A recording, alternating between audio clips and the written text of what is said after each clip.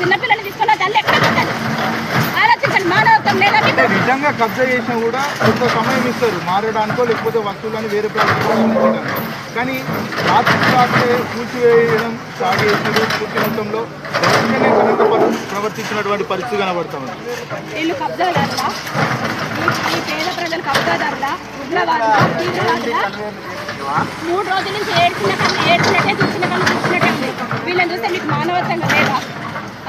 వీళ్ళని ఒక్కసారిగా వచ్చి కూర్చువేసి వాళ్ళు ఏమైనా చేసిన నోటీసులు ఇవ్వచ్చు కదా, చెప్పొచ్చు కదా, వాళ్ళకి ఒక లెటర్ ఇవ్వచ్చు కదా. ఇంత చదువుకుంటే వాళ్ళకి చెప్పుకుంటారు కదా. ఇట్లాంటి మీడియా సపోర్ట్ తీసుకొని వచ్చి ఇక్కడ మీడియా మీటింగ్ పెట్టి ప్రెస్ మీట్ పెట్టి అమ్మ మీరంతా దౌర్జన్యం చేసారు, ఇక్కడ రేట్లు పెరిగినాయి, మాది మేము లాక్కుంటాము, బాబా మేము మాకే రాసిస్తుందో మేమే అమ్ముకుంటాము, మేమే తింటామని మీరు చెప్తే పాపం వాళ్ళు ఎక్కడో ఒక దగ్గరికి వెళ్ళిపోతారు కదా. ఇప్పుడు ఊళ్ళలో కొత్తకు ముఖం లేని వాళ్ళకి ఇక్కడ ఏం చేసుకోవాలో తెలియదు. స్కూళ్ళలో పిల్లలు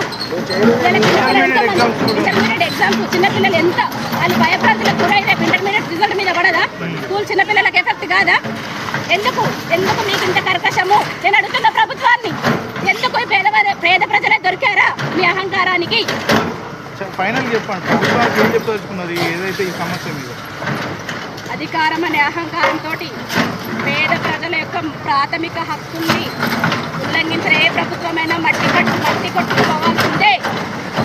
పేదవాడు ఏందో మేము చూపిస్తాం, మా ఓటు బాగా ఏందో మేము చూపిస్తాం. మొత్తం